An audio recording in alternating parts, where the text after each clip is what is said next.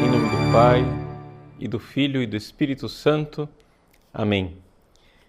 Inspirai, ó Senhor, as nossas ações e ajudai-nos a realizá-las, para que em vós comece e para vós termine tudo aquilo que fizermos por Cristo nosso Senhor. Amém. Santa Maria, Mãe de Deus, rogai por nós.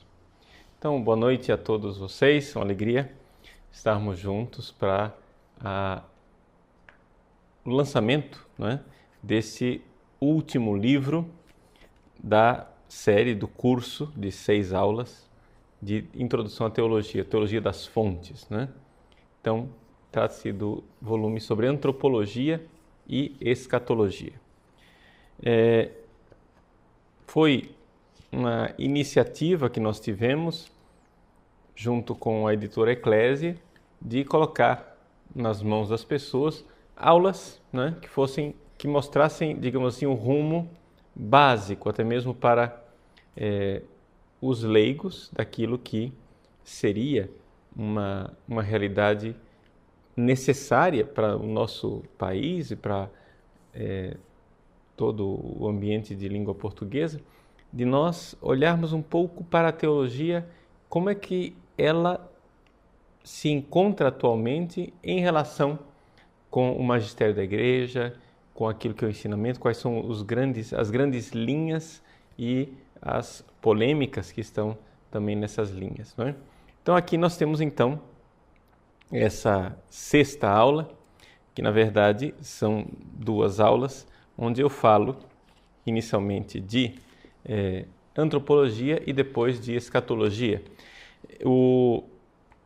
Como sempre, nos outros 6, trata-se de uma transcrição, o livro é a transcrição das aulas, e nós temos aqui o DVD,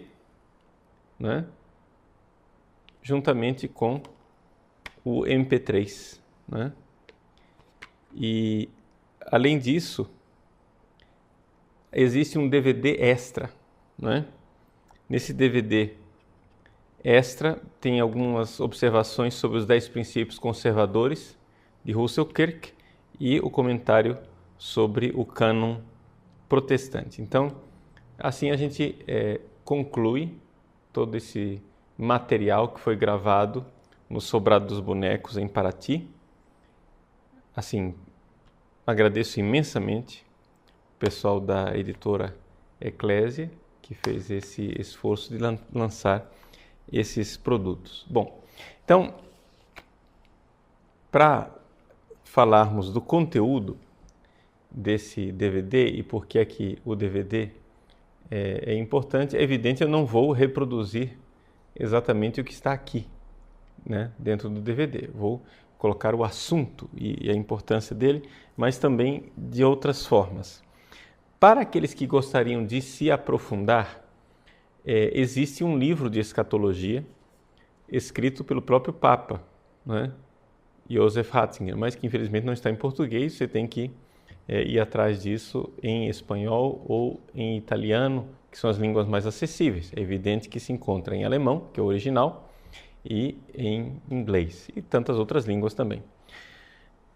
Mas para você ter uma bibliografia em português, uma coisa segura, nós temos esse livro da DL, que se encontra também no site da editora Eclésia, para aqueles que queiram adquirir. É feito por 2 teólogos ligados à Universidade de Navarra, Opus Dei, Justo Sánchez e Jorge Molinero. O nome do livro é O Além, Iniciação à Escatologia. Então eu gostaria de tomar esse livro como ponto de partida da nossa conversa hoje à noite, e um pouco tratando daquilo que é o tema do livro que está sendo lançado hoje por mim. Bom, então vejam só. Em primeiro lugar, na questão da escatologia, nós temos 2 grandes partes, dois grandes tratados, digamos assim. Uma escatologia universal, que fala do destino do mundo, e uma escatologia individual, que fala da realidade do ser humano pessoalmente. Ou seja, a escatologia universal é o mundo como tal, que enquanto história alcançará o seu fim, alcançará a sua finalidade. Finalidade essa que é o reino de Deus.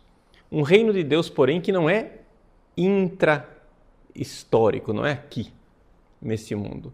Trata-se de um fim dos tempos, ou seja, trata-se de o fim da história. A história termina. Então, aí vem toda essa parte da escatologia universal. A escatologia individual já é diferente. Trata-se do fim da minha história, né? Então, universal é o fim da história da humanidade. A escatologia individual, o fim da minha história pessoal. Então, são esses dois aspectos que precisam ser olhados, porque estes dois aspectos, infelizmente, estão sendo minados, verdadeiramente minados nos nossos cursos de teologia.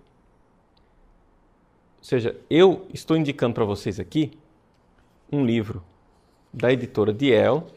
Ele é publicado em Portugal, em Lisboa, porque simplesmente o campo da escatologia aqui no Brasil é muito complicado, não é? Ou seja, os livros que poderiam ser indicados, poderia-se indicar partes de livros aqui e ali, mas não um manual que trate da coisa do início ao fim, que seja confiável. Por quê? Porque os teólogos que estão tratando a questão de escatologia aqui no Brasil estão distorcendo a escatologia para que ela encaixe nas suas necessidades de visão liberal do mundo e, ao mesmo tempo, visão socialista do mundo. Explico. Visão liberal do mundo. A escatologia é vista sempre a partir de um certo empirismo, não é? Então, por exemplo, a escatologia individual, vamos pegar essa parte. O ser humano vai morrer. Ora, o que é que nós, cristãos católicos, sempre cremos há 2000 anos? Que a pessoa morre e, então, a sua alma vai para junto de Deus, onde ela é julgada, não é? Então, a morte é seguida de um juízo individual e a pessoa, então, vai para dois destinos diferentes.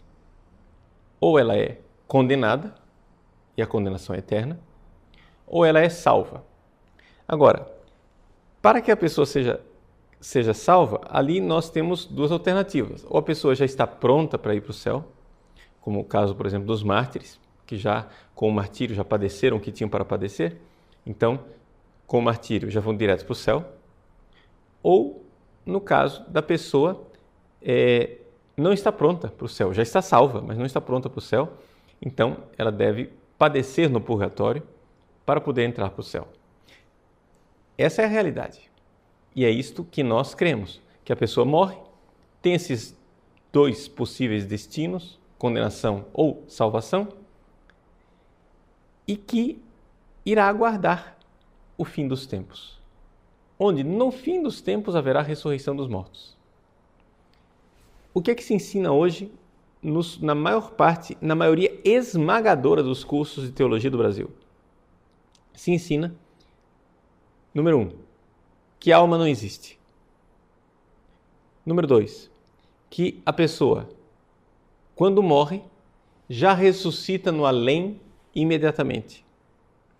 Significando que esta ressurreição, ela é na meta-história, não é? Ela é fora da história. Isso quer dizer que qualquer realidade da ressurreição não tem ligação nenhuma com este mundo aqui. Isso quer dizer que você está lá, no mesmo momento em que você está enterrando um corpo aqui nesse mundo, o corpo está ressuscitando lá no outro. Então, quer dizer, aquele corpo lá ressuscitado não tem nada a ver com este. Não é? Então é por isso que nós vemos padres, né, pregadores na igreja, falando em pleno velório, né, nosso irmão já ressuscitou. Como já ressuscitou? Estou vendo cadáver aqui na minha frente. Por que esse tipo de teologia? Simplesmente por um fato.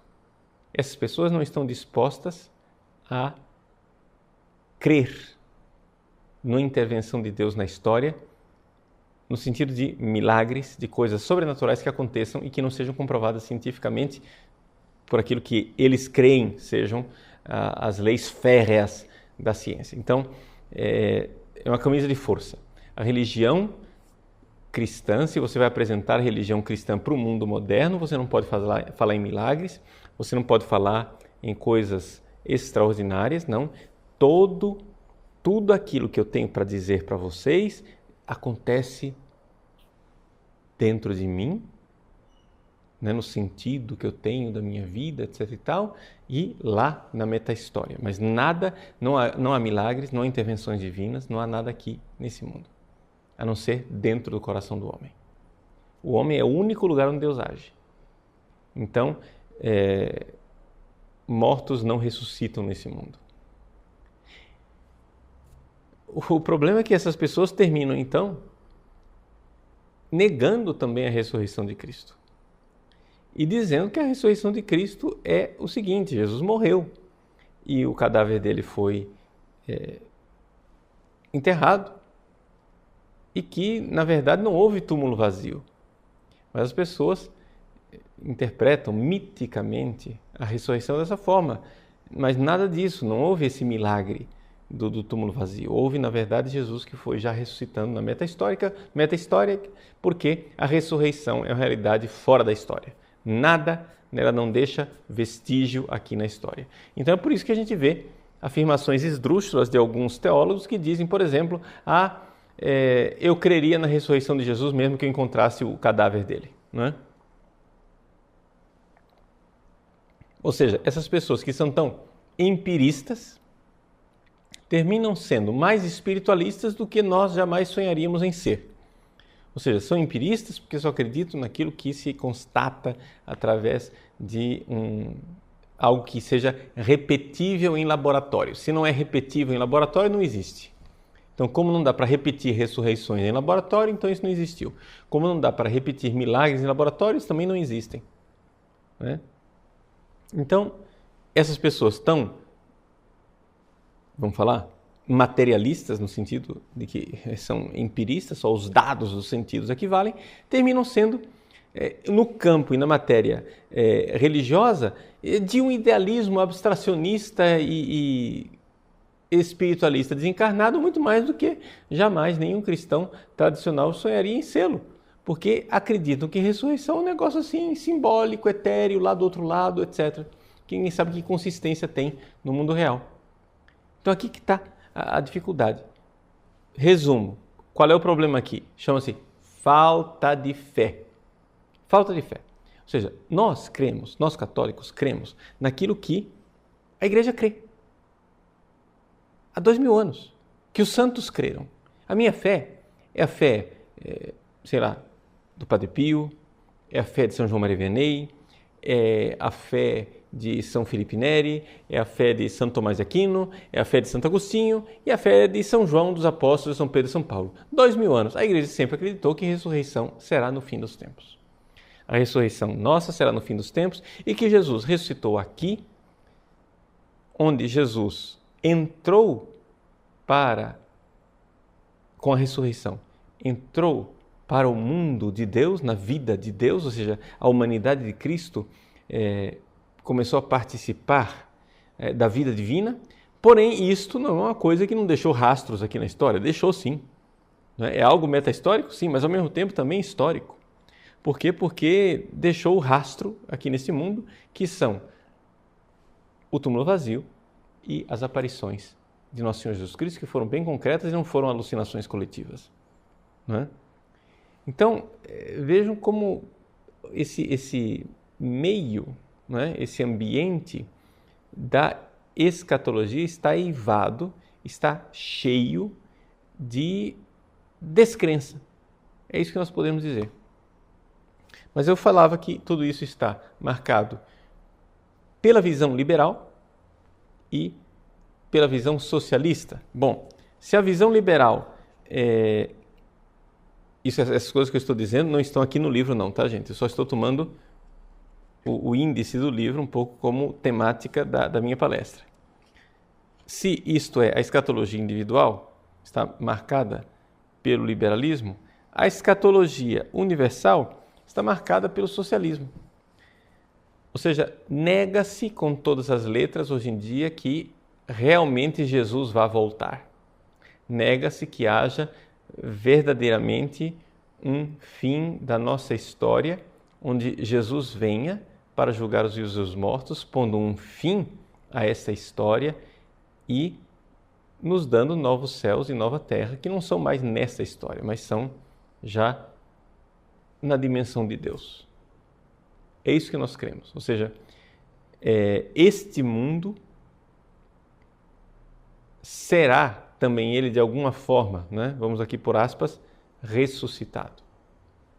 Ou seja, não serão somente os corpos dos seres humanos que ressuscitarão, mas também toda a história da humanidade e o universo serão introduzidos em Deus de tal forma que Cristo seja tudo em todos, novo céu e nova terra. Mas isso acontece com o fim da história, existe um término da história, né? Existe uma ruptura, a ruptura final, em que termina o tempo, termina a história tal qual nós a conhecemos e entra-se numa outra dimensão, numa outra realidade, que é a realidade de Deus. Então, é isso que nós cremos concretamente enquanto católicos.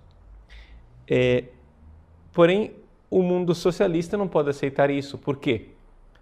Porque a teologia da libertação fez um esforço enorme de imanentização do reino de Deus. Ou seja, o reino de Deus precisa ser visto pelas pessoas como algo aqui nesse mundo, não é? Então, as pregações todas são feitas, todas as vezes que se falam de reino, o reino que há de vir, o reino que está para chegar, o reino, vamos trabalhar pelo reino, vamos fazer tudo pelo reino, pelo reino, pelo reino, pelo reino. Ótimo! Todas essas frases são válidas e eu creio em todas elas. Mas o problema é o seguinte, o conteúdo da palavra reino é que foi pervertido. Quando você fala reino de Deus, hoje, na maior parte das pessoas aqui no Brasil, você encontra uma ideia de que reino de Deus é um negócio aqui na história. É uma terra sem males, é um mundo, é a sociedade igualitária, sem luta de classes, que propõe o socialismo. Isso é o reino para a maior parte das pessoas. Então é por isso que eu sistematicamente prefiro já não usar mais a palavra reino de Deus e uso a fórmula preferida de São Mateus, né? São Mateus nunca fala reino de Deus, porque ele sendo judeu, ele evita a palavra Deus e põe sempre reino dos céus, né? Então, a gente fala de reino dos céus, então as pessoas, sim, não é aqui, não é esse mundo, é nos céus, né? Novo céu e nova terra, entrar na dimensão de Deus. Então fica mais claro. Para evitar essa linguagem, né, marxista que esvazia o conteúdo da palavra reino, basileia. Ou seja, para nós, cristãos católicos, o reino de Deus, ele é o próprio Jesus. Então, o reino de Deus acontece enquanto a pessoa está unida ao próprio Cristo através da fé, do batismo, ou, num sentido mais, digamos assim, distante, através da graça. Os homens de boa vontade do mundo, que seguem a Deus na sua consciência, embora não conheçam Cristo, mas têm de alguma forma a graça de Deus, de alguma forma estão orientados ao reino de Deus. Mas o reino de Deus, em seu germe, como usa a expressão que usa a Constituição Lumen Gentium, ele está na igreja aqui na terra, a igreja militante. A gente fala de germe, de semente desse reino. Por quê? Porque enquanto igreja militante nós não somos plenamente igreja e, portanto, não há plenamente reino aqui na história. O que nós temos é o reino realizado, o reino já acontecido nos céus. Ou seja, a igreja no céu, a igreja coincide com o reino, não é? No céu, junto de Deus, a igreja e o reino são coincidentes. A fronteira do reino de Deus, o reino dos céus, e a igreja católica são coincidentes lá no céu, no paraíso. Aqui na terra, as coisas são um pouco mais matizadas. Por quê? Porque nós temos a igreja de Cristo que subsiste na igreja católica, como diz a própria Constituição Lumen Gentium. Isso quer dizer que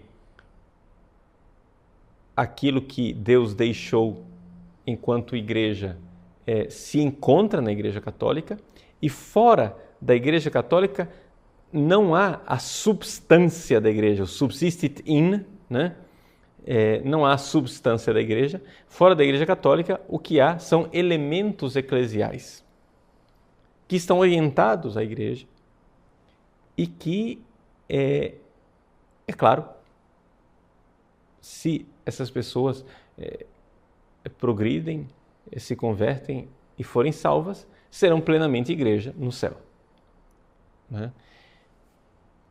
Essa é a questão do reino de Deus. Ou seja, o reino de Deus é uma realidade que não é daqui, deste mundo. É uma realidade que é do além, na sua plenitude, e que neste mundo já começou, mas ainda não. Já está aqui, mas ainda está por vir. É incipiente.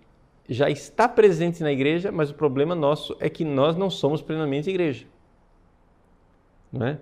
Então, enquanto igreja, né, digamos assim, enquanto membros da igreja, eu não posso dizer que o reino de Deus coincide com todo o meu ser, não, porque tem muita coisa em mim na qual Deus ainda não reina. Mas nos santos que estão no céu, Deus já reina plenamente, não é? Então, um pouco essa é a ideia daquilo que a Igreja Católica vê. Então vamos resumir o que eu estou tentando dizer para vocês. Que o reino dos céus, na sua plenitude e realização cabal, é uma realidade que já existe agora no céu. E que existirá plenamente com novos céus e nova terra no fim dos tempos. Mas no fim dos tempos significa uma ruptura, porque a história termina, e então este mundo como um todo vamos usar uma linguagem hegeliana, né? Me desculpem aí, é suprassumido, né? É elevado para a vida de Deus, né? Porém, não é isso que pensam os socialistas marxistas. Eles abominam a ideia de que nós fiquemos falando de céu. Eles acham que isso aliena as pessoas, acham que isso vai fazer com que as pessoas parem de lutar, parem de se engajar na luta de classes, que é o que eles querem, para implantar uma sociedade igualitária e perfeita aqui nesse mundo. Vejam, a Igreja Católica não crê em utopias aqui nesse mundo, não é? Nunca creu e nunca crerá. Vocês jamais irão encontrar, repito, e aqui fica o desafio, vocês jamais irão encontrar, fica o desafio, jamais irão encontrar um texto do magistério da Igreja Católica que fale de paraíso aqui na Terra, não é? Ou seja, não é aquilo que é o ensinamento dos papas, não é aquilo que é o ensinamento da tradição, não é o ensinamento da Igreja Católica. Paraíso aqui na Terra, utopia aqui na Terra, não faz parte do magistério da Igreja, não é? Não é essa a nossa fé. Isso aí é uma perversão da teologia da libertação a serviço de uma visão de mundo marxista. Então, esses são dois temas bastante polêmicos, e então é por isso que nós precisamos, de alguma forma, trabalhar bem essa questão da antropologia na escatologia. Uma coisa que é importante saber, não é? a escatologia é um dos tratados da antropologia. Então, tudo isso que nós estamos falando aqui faz parte da antropologia teológica. Nós vamos fazer agora um pequeno intervalo para dar a oportunidade para vocês de fazerem perguntas e a gente, então, dialogar nesse nosso encontro de lançamento deste livro, né, e DVDs e MP3 da coleção Introdução à Teologia. Né? Então, a gente se vê daqui a uns 5 minutinhos. Até mais. Muito bem, nós retornamos então para responder algumas perguntas de vocês. Começamos com a pergunta do Luiz Felipe.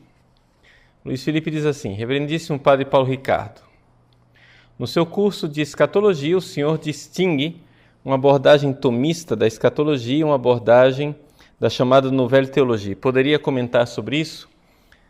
E aí o Luiz Felipe ainda continua. Pio XII não havia condenado a Nouvelle Teologia na Humani Generis? Grato. Muito bem. Obrigado pela sua pergunta, Luiz Felipe, que me dá a ocasião de esclarecer algumas coisas. O seguinte, em primeiro lugar, é na primeira parte do curso, de fato, que eu trato dessa questão da teologia, se não me engano, Nouvelle Teologia, que é quando eu falo da graça de Deus. Está na página 14 para aqueles que têm o livro. Na realidade, eu não estou falando ainda de escatologia, eu estou falando de antropologia, que é a primeira parte. O livrinho tem duas partes, a parte de antropologia e a parte de escatologia. Então, eu trato dessa questão da graça, não é? Na parte da antropologia. E eu exponho um pouco, bastante sumariamente, e devo confessar, evidente, bastante superficialmente, o conflito que houve em Roma entre duas escolas teológicas, Garrigou-Lagrange e o padre Henri de Lubac. O padre Garrigou-Lagrange, ele estava preocupado com a abordagem do jesuíta Henri de Lubac. Na verdade, nós temos aqui duas escolas teológicas, mais do que tomismo versus alguma outra coisa, nós temos aqui a sensibilidade dos dominicanos, né, e a sensibilidade da teologia jesuíta, né, de Henri de Lubac.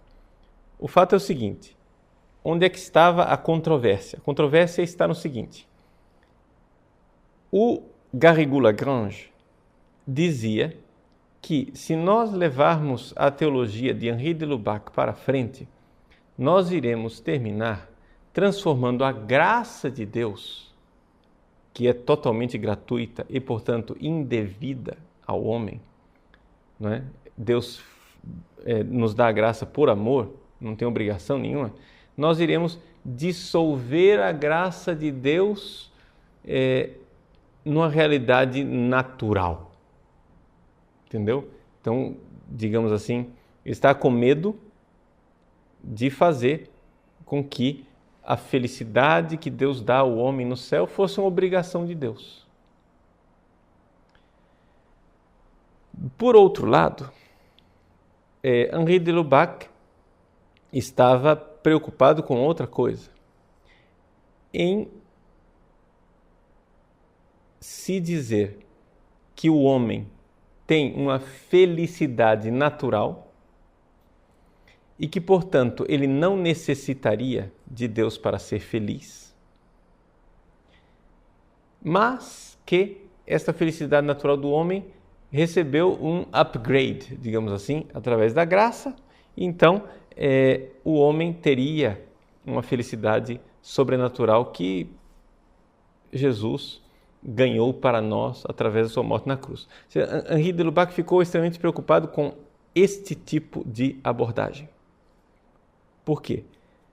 Porque isso faz com que a graça seja supérflua, né? É como se a graça fosse, não supérflua, vamos usar a palavra certa, seja tão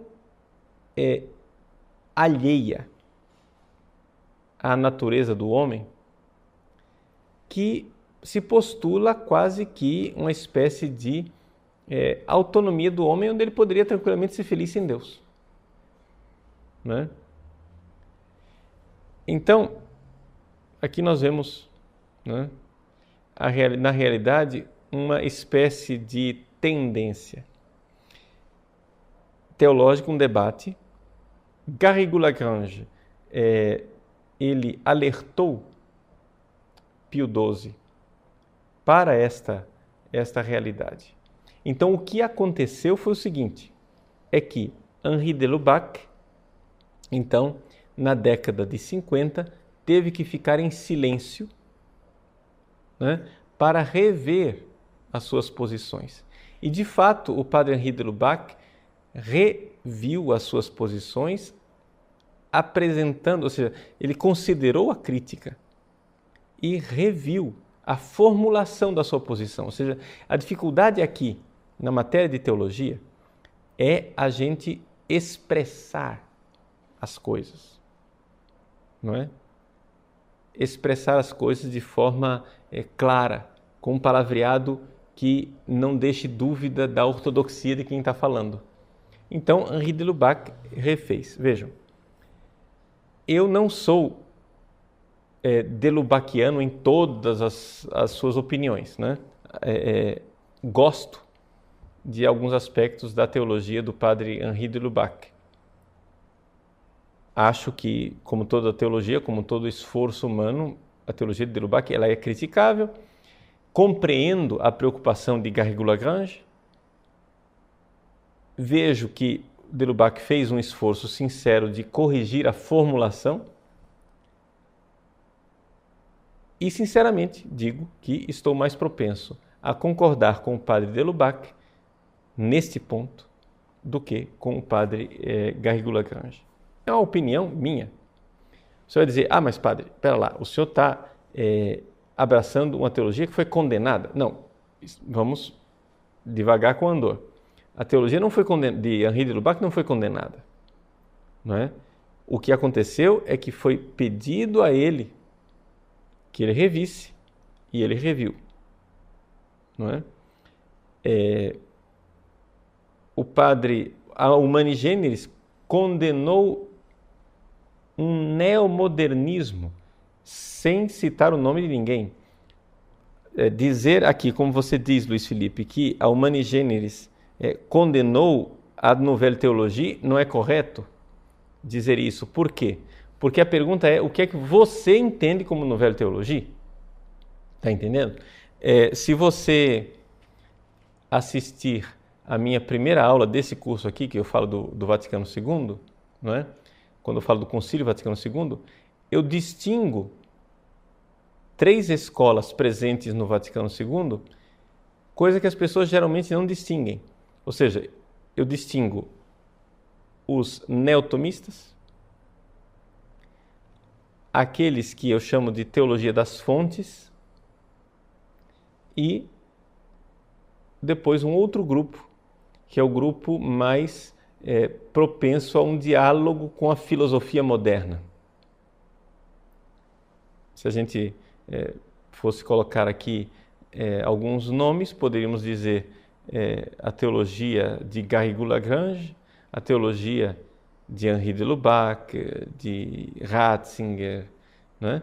E depois a teologia de Rahner, Hans Küng, Schillebeeckx, etc. São 3 grupos bem diferentes. Um grupo pensa que o tomismo e a forma, né, do grande doutor angélico Santo Tomás é a melhor forma de expressar a teologia e a gente tem que... A teologia, no fundo, não passaria de uma espécie de desenvolvimento da teologia de Tomás.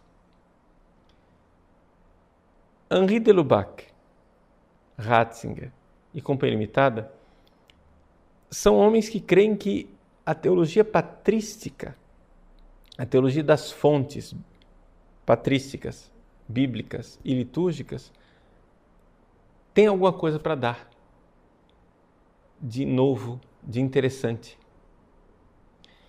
Enquanto o outro grupo, o grupo de Rahner, Küng, Schillebeeckx, são homens que estão preocupados em dialogar com os filósofos modernos. Ora, se você vai falar de condenação na Humani Generis, acho, não é, que podemos falar de uma coisa muito mais próxima a este terceiro grupo. E não o grupo que fala de patrística. Porque veja quais são os erros. Vamos ver o que a Humani Generis diz, né? Vamos ver o conteúdo da encíclica. E não, digamos assim, os títulos que você encontra em folhetos, né? Vamos ler a encíclica. Leia a encíclica, você encontra lá o quê? Um relativismo na interpretação da Bíblia. Não vejo isso na teologia de Delubach, nem de Ratzinger, nem de von Balthasar, por exemplo. Uma defesa do evolucionismo. Você pode até dizer que Delubach apoiou Teilhard de Chardin com a sua visão evolucionista, etc. e tal, e eu aqui tiro o chapéu para Pio XII, de fato era para ser condenado. Aqui não concordo com Delubach, não acho que ele deveria ter apoiado Teilhard de Chardin, mas não é disso que eu estou tratando aqui, eu estou tratando da graça. Entende? O assunto aqui era a graça. Terceiro coisa que foi condenada, interpretações fantasiosas do Antigo Testamento, não é? Pouca atenção dada ao magistério da igreja e assim por diante. Quer dizer, essas coisas, com sinceridade, eu posso dizer que são aplicáveis ao padre Delubach naquela fatia de teologia que eu estou citando aqui, que é a realidade do Tratado da Graça? Né? A minha opinião é que não. Seja como for, né? Só para te esclarecer, Luiz Felipe, a minha opinião com relação a essa questão da graça, eu citei a Nouvelle Théologie para citar a fonte de onde as coisas vêm, mas se você quiser aprofundar com relação a essa questão da graça, eu aconselho para você um livro sobre a graça. Agora não sei o título específico, eu acho que é A Graça, possui a palavra graça no título, publicado pela BAC, do padre José Antônio Sayez, né? Sayez, S-A-Y-E-Z. O padre Sayez, acho que a maior parte das pessoas que conhecem o pensamento dele veem no pensamento dele um pensamento bastante ortodoxo, bastante na linha do magistério. Então, ele analisa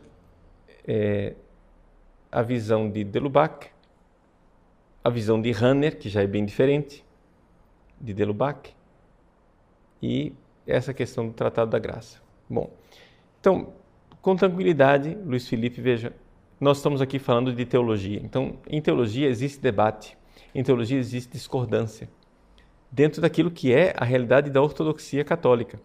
Mas eu não vejo na Humani Generis uma condenação da teologia de Delubach naquilo que se refere ao tema da graça. Se você encontrar alguma citação explícita que fale disso e que seja o conteúdo da teologia de Delubach, então estou disposto a rever a minha posição, tá? Com muita tranquilidade. Estamos aqui para debater, eu não sou onisciente, pode ser que seja uma ignorância minha, né? Muito bem. Daniel, de onde vem a fonte da igreja para falar de escatologia? As revelações particulares contribuem nesta visão? Bom, Daniel, veja, a questão das revelações particulares, a igreja, quando analisa revelações particulares para as pessoas saberem, né, visões, Nossa Senhora que aparece, pessoas que veem o purgatório ou veem o inferno, etc. Essas visões, elas são interessantes enquanto corroboram aquilo que é o ensinamento oficial da igreja, mas não são a fonte, não é? É o contrário, é o ensinamento oficial da igreja quem julga a ortodoxia ou não dessas visões. Aquilo que é o magistério da igreja, encontra sua fonte no depósito da revelação divina, ou seja, na tradição com T maiúsculo, que vem dos apóstolos, e nas Sagradas Escrituras. Então, nós encontramos muita coisa a respeito da escatologia nas Sagradas Escrituras e na tradição da Igreja de Tradição Apostólica. Então, é daí que vem a nossa fonte. Então, a fonte não são as revelações. Débora Sena. Professamos que Deus há de vir julgar os vivos e mortos. Os mortos já não foram julgados logo após a morte? Exato, Débora, eles já foram julgados. Mas a Igreja distingue entre dois juízos. O juízo particular e o juízo final. O juízo final, ele não altera o estado individual da pessoa. Aqueles que foram condenados já foram condenados eternamente, aqueles que foram salvos já foram salvos eternamente. Ok? Só que o juízo final é também a realidade de se, através da ressurreição, aplicar esse juízo, até mesmo o juízo individual, a toda a pessoa. Porque, veja, as pessoas irão ressuscitar. Uns para a condenação e outros para a vida eterna. Então, também aqueles condenados para o inferno irão ressuscitar. Então, podemos dizer que neste balanço geral, que é o juízo final, os juízos individuais serão aplicados de forma global na pessoa. E haverá um juízo também da história como um todo, proclamando a vitória final de Deus. Então, virá julgar os vivos e os mortos, é aquilo que nós estamos dizendo no credo, ou seja, estamos falando da parousia, ou seja, da vinda de Jesus, que é o momento desse juízo final. Então a igreja distingue dois juízos. Engenheiro de Maria. Padre Paulo, como posso saber se o curso de teologia é bom ou não, sendo que eu não sei nada? Bom, você está certamente falando de um curso de teologia em alguma faculdade de teologia. Bom, nosso critério de teologia é a fé da igreja é o catecismo. Não é? Então, se você vê num curso de teologia que aquele curso de teologia, as reflexões que ele faz partem da fé da igreja, conforme ela está no catecismo, nos documentos magisteriais, na tradição dos santos, então esse é um curso de teologia confiável. Né? Se ele parte mais de modernidades, de filosofias modernas, tentativas de adaptações da fé à medida da pouca fé do homem moderno, então ali nós estamos em alto mar, né? Aí estamos numa situação complicada. Tales. Quando morremos, existe o juízo individual com Deus, onde vou para o céu ou inferno. Caso seja salvo, como será o juízo universal? Ele será apenas para os ainda vivos ou será julgado novamente? Bom, Tales, é aquilo que eu disse, né? Ou seja, o juízo não muda, o juízo individual não muda. Mas o juízo final, não é, digamos, a aplicação final, naquilo que diz respeito ao indivíduo, é a aplicação final daquela sentença divina com relação ao indivíduo, porque ele estará ressuscitado. Né? Então, se o corpo, a pessoa foi condenada, já que ele pecou com o corpo também deverá padecer. Se a pessoa serviu a Deus com o seu corpo, né? Como os mártires, como as virgens, etc. e tal, então o corpo também entra na felicidade do céu. Aurélio. Padre Paulo, o que o Papa João Paulo II queria dizer com civilização do amor? Tem algo a ver com o reino de Deus da teologia da libertação? Veja, não, Aurélio. Essa questão, o termo civilização do amor, se não me engano, né, pode ser que esteja enganado, porque aqui eu estou respondendo sem direito à pesquisa, né, estou respondendo ao vivo. Se não me engano, o termo civilização do amor não é do Papa João Paulo II, mas é do Papa Paulo VI. Houve uma uma tentativa de expressar em termos mais populares, mais compreensíveis para as pessoas, aquilo que é a doutrina social da igreja.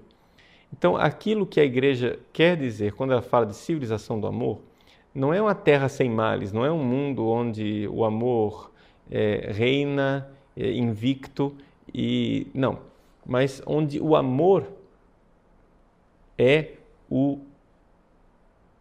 digamos assim, a contribuição maior para o moldar dessa civilização. Deixa eu lhe dizer por que é que isso não tem nada a ver com o reino de Deus, como a teologia da libertação marxista costuma ver. Por quê? Porque a teologia da libertação marxista, ela é tendencialmente justicialista. Justicialista quer dizer o seguinte: eles querem justiça, justiça, justiça, justiça. Acontece que a justiça ela não é suficiente para responder às dificuldades da sociedade, né? Vou te dar um exemplo, né? Um exemplo que eu ouvi de um grande cientista político do nosso país, que é o professor César Saldanha. Né? O professor César Saldanha, por exemplo, ele dá o exemplo do conflito entre Israel e os palestinos, né? É uma coisa que não vai se resolver com a justiça.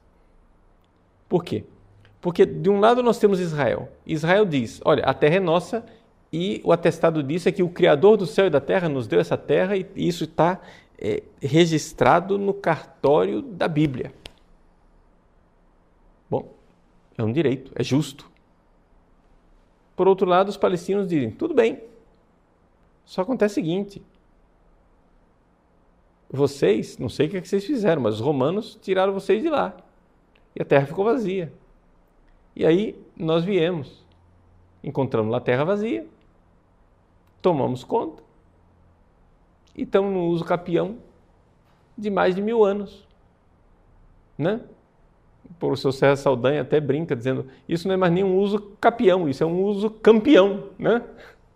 Então, também isso é direito. Bom, você pode sentar num tribunal a sua vida inteira, você nunca vai resolver isso em termos de justiça. Como é que é possível resolver isso? Através de política, né? E a política, no ensinamento dos papas João Paulo II e Bento XVI, a política é uma forma de amor. Ou seja, o que é política? Política é nós sentarmos para dialogar, onde eu estou disposto a ceder, abrir mão de um direito meu, você abrindo mão de um direito seu, para que nós entremos numa harmonia e num acordo. Não é isso? Isso é política. Então, é o amor. Não é isso? Então, não se trata de clamar justiça, porque a justiça é insuficiente. Nós estamos num mundo onde, se nós tentarmos resolver as coisas só pela justiça, pelo justicialismo, né, nós não vamos a lugar nenhum, vamos só criar discórdias. Então, a justiça, ela tem o seu papel na sociedade, sem dúvida alguma, mas também o amor tem o seu papel. Então, quando João Paulo II e Paulo VI falam da civilização do amor, aqui nós estamos quebrando exatamente esse justicialismo típico da teologia da libertação marxista. Porque os marxistas, eles querem justiça, justiça, justiça, justiça, e o que acontece? Isso só atrai violência, violência, violência, conflito, conflito, conflito. Então não vai resolver nunca. Nós vamos ficar empacados como estão lá os judeus e os árabes. Por quê? Porque, infelizmente, o ethos das duas religiões, tanto a religião judaica como a religião muçulmana, são duas religiões que não pregam o amor, pregam a justiça, né? Então, cada um fica puxando o bife para o seu lado e aquele negócio não vai para frente. Por quê? Porque é uma civilização da justiça e não a civilização do amor, onde eu estou disposto a abrir mão para gerar um acordo. Então, assim, essa é a minha interpretação. Não sei se eu estou errado, né? Então, mas eu não vejo nada de teologia de libertação nessa expressão. Felipe Moreno. Padre Paulo, sua bênção. Houve um encontro vocacional e um padre que conduziu o encontro disse que o céu se inicia aqui na terra, que é possível. É verdade tal afirmação? Bom, depende o que ele queria dizer com isso, mas de certa forma é verdade, né? O céu inicia aqui na terra, claro. Por quê? Porque o céu veio para essa terra, Jesus se encarnou, veio aqui e deixou a sua igreja, que é uma continuidade dessa encarnação. Então, de alguma forma, o nosso céu inicia aqui. Mas o que quer dizer isso? O que é que ele quer dizer com o céu começa aqui na terra? Aí fica difícil interpretar as palavras dele, né? Não sei, depende do contexto, depende do que foi dito. Porque céu inicia aqui na terra significa o quê? Paraíso, onde nós não vamos ter mais conflitos, não precisar mais lutar. Então, meu irmão, tira o cavalo da chuva, o burro da lama, porque nós vamos precisar lutar até o fim. O céu inicia aqui na terra quer dizer o seguinte, que nós já estamos visitados pela graça, porque nós temos os sacramentos, porque temos a Eucaristia, e o céu já está aqui na terra em cada missa, etc e tal. Aí é outra coisa, tá entendendo? Então depende um pouco o que quer dizer com esse negócio aí. Danilo Silva Fernandes. Padre Paulo Ricardo gostaria de saber se no fim todos terão que morrer para ressuscitar ou se existirá algum tipo de arrebatamento, onde alguns vivos serão julgados sem experimentar a morte. Então veja só, a palavra arrebatamento é inadequada. Então, para começar, os mortos ressuscitarão e os vivos deverão passar por alguma transformação, não é? Não precisarão morrer, mas precisarão passar por alguma transformação para entrar na nova vida, porque é evidente, é necessário passar para a vida divina. Nós não sabemos como isso vai acontecer. São Paulo expressa isso na carta aos Tessalonicenses com essa ideia de arrebatamento. Mas isso daí é porque São Paulo está descrevendo a parousia de Jesus nos moldes de uma parousia de um rei. Ou seja, como é que um rei chegava numa cidade? Não é? Quando o rei estava perto, os arautos soavam a trombeta e as pessoas saíam da cidade e caminhavam fora dos muros da cidade iam ao encontro do rei, recebiam então o rei que então entrava na cidade. Quando São Paulo fala de arrebatamento, ele está usando esta metáfora. Então, Jesus vem e então as pessoas irão ao seu encontro nos ares. Não é isso? Ou seja, um pouco imitando, como se a cidade murada fosse esse mundo e nós vamos ao encontro do Senhor. Então, trata-se de uma descrição de uma, aspas, cerimônia de recepção de um rei. Né? Então é uma metáfora que São Paulo usa. Ele não está descrevendo o que irá acontecer exatamente, porque nós não sabemos o que vai acontecer exatamente. Quando a Assembleia de Deus e outras igrejas pentecostais interpretam isso de forma literal, aí nós vemos o literalismo dessas teologias. Não é? Então, muito bem. Acho que ficamos por aqui, já meia hora de respostas. Eu gostaria só de dar alguns avisos finais. Em primeiro lugar, vão se preparando aí, estamos já gravando e preparando 2 cursos para vocês que são assinantes, para os assinantes do nosso site. Um curso de introdução à teologia e o método teológico, né? Então nós pretendemos começar todas as matérias da teologia, iremos fazer um curso de teologia mais amplo, mais elaborado. Então esse curso de teologia vai estar aí à disposição no nosso site, dentro em breve. E um outro curso sobre os pressupostos filosóficos da liturgia moderna. Ou seja, vamos tentar explicar isso, o que seria esse curso. O Papa Bento XVI está falando da reforma, não é isso? Por quê? Porque ele está, de alguma forma, vendo uma dificuldade na reforma litúrgica tal qual foi realizada. Quais são os pressupostos filosóficos modernos ou modernistas que estão dentro dessa reforma litúrgica. Porque muitas vezes as pessoas ficam criticando sem muito fundamento, não é? Então, vamos analisar os pressupostos filosóficos, não é, do modernismo litúrgico, partindo lá desde as influências de Kant, né, de Hegel, do positivismo, olhando o iluminismo e Companhia Limitada. Existem pressupostos filosóficos interessantíssimos que hoje nós vemos em ato dentro da liturgia. Se nós pretendemos melhorar as nossas liturgias, precisamos identificar realmente as raízes desses problemas para saber como corrigir, até mesmo na hora de celebrarmos a própria liturgia atual. Paulo VI, muita coisa pode ser evitada se nós soubermos os pressupostos filosóficos modernistas que estão por trás de algumas visões de liturgia, né? Então, esses 2 cursos estão sendo preparados aí, vocês aguardem, para os assinantes do site padrepauloricardo.org, tá bom? Se você ainda não é assinante, você é nosso convidado a assinar, né? Faça aí o seu cadastro, comece a assinar o nosso site. Nós precisamos da sua colaboração para manter essa obra de Deus no ar, tá bom? Que Deus abençoe vocês todos. Então, mais uma vez, agradecendo imensamente o pessoal da livraria, da editora Eclésia, né? Acessem os sites da Eclésia e dentro em breve nós vamos iniciar aí uma parceria com a editora Eclésia, vocês aguardem. Indico a aquisição desse livro para aqueles que quiserem